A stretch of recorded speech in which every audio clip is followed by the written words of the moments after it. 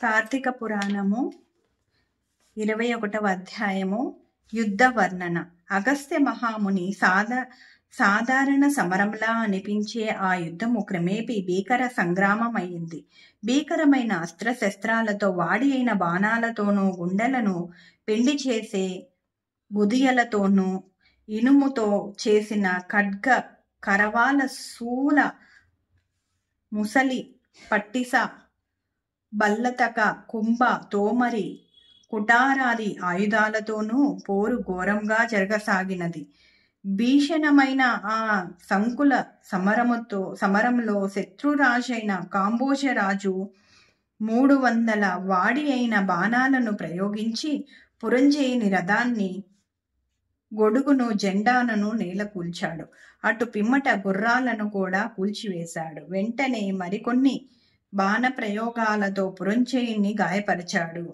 ఈ హఠత్ సంఘటనకు ఆశ్చర్యపడిన పురంజయుడు మిక్కిలి కోపోద్రిక్తముతో వాడి అయిన 10 బాణాలను బ్రహ్మాస్త్ర మంత్రముతో అభిమంత్రించి కాంబోజరాజుపై వేశాడు. ఆ బాణాలు కాంబోజరాజు కవచాన్ని చీల్చివేయటమే కాక అతని గుండెలో కూడా దిగబడ్డాయి. కాంబోజరాజు వక్షస్థలము నుండి రక్తము ధారాపాతముగా కారసాగింది. అయినను ఓర్చుకున్న కాంబోజరాజు తనకు గుచ్చుకున్న బాణాలను అతి కష్టము మీద ఊడబెరికి, పురంజయ, నీ వలె నేను పరుల సొమ్ము కాసపడే వాడిని కాను.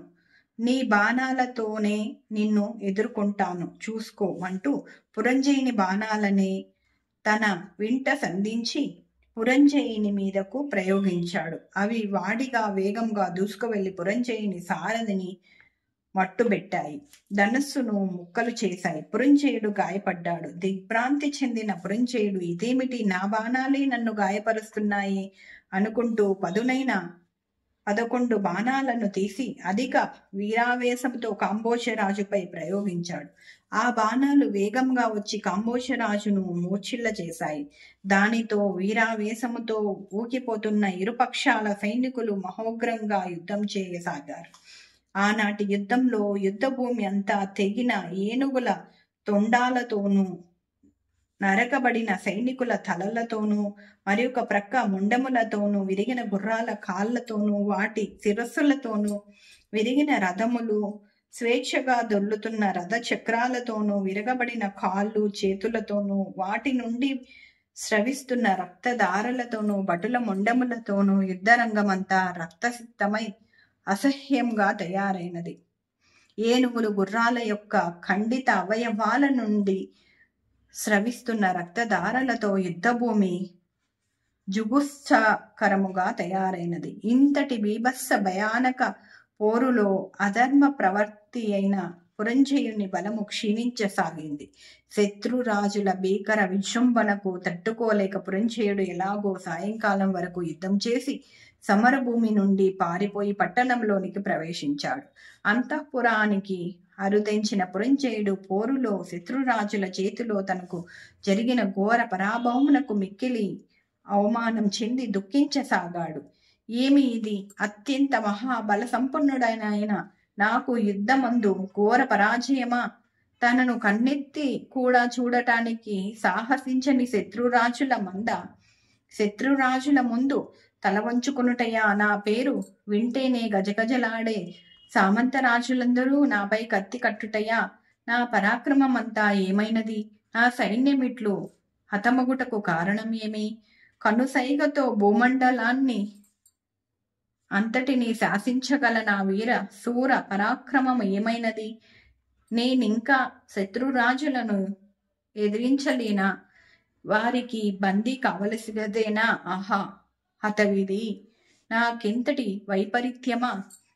ఇంత వైపరీత్యం సంభవించినది అంటూ దుఃఖిస్తున్న పురంజయుని వద్దకు రాజపురోహితుడైన సుశీలుడు వచ్చి, మహారాజా, చింతించకండి. శత్రురాజులను ఓడించాలనే కోరిక మీలో బలముగా ఉన్నట్లయితే తక్షణమే నిస్వార్థ బుద్ధితో, అత్యంత భక్తి శ్రద్ధలతో, నియమనిష్టలతో శ్రీ మహావిష్ణువును పూజించండి.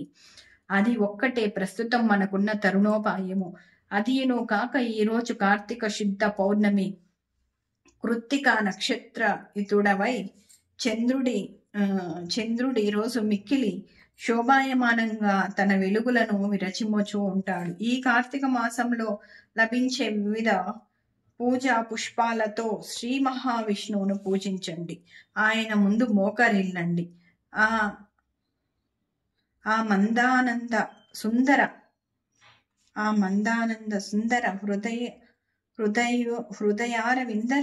హృదయార విందమును గాన వీణాదులతో నృత్యము గావించండి. విష్ణు సన్నిధిలో దీపాలను వెలిగించి నర్తించండి. ఆటపాటలతోనూ నృత్యగాన వీణాదులతోనూ శ్రీహరిని మెప్పించండి. ఆయన కరుణా కటాక్షములతో అత్యంత మహాబల సంపన్నుడైన పుత్రుణ్ణి పొందగలవు. శ్రీహరి కరుణతో 1000 అంచులు కల సుదర్శన చక్రం సహాయంగా పొందండి. నీకు విజయం చేకూరగలదు రాజా. నేటి నీ పతనానికి కారణం నీ శరీర బలం, సైన్యము క్షీణించడం కాదు. దీనికంతటికి నీ కారణం నీ గ్రహబలం లేకపోవటమే. నీకు గ్రహబలం లేకపోవటమే. ఆ హరి అనుగ్రహ బలం ఉంటే ఏదైనా సాధించగల శక్తి కలుగుతుంది. కావున నీవు చింతించటం మాని శ్రీహరిని భక్తితో సేవించు. కలత చెందక కార్తీక వ్రతాన్ని ఆచరించు. దీనివల్ల ఆరోగ్య ఐశ్వర్య సంపదలు సిద్ధిస్తాయి. సుఖ సౌఖ్య సంపదలతో వర్ధిల్లుతావు. ఇది సత్యం అని చెప్పాడు. 21వ అధ్యాయం సమాప్తం.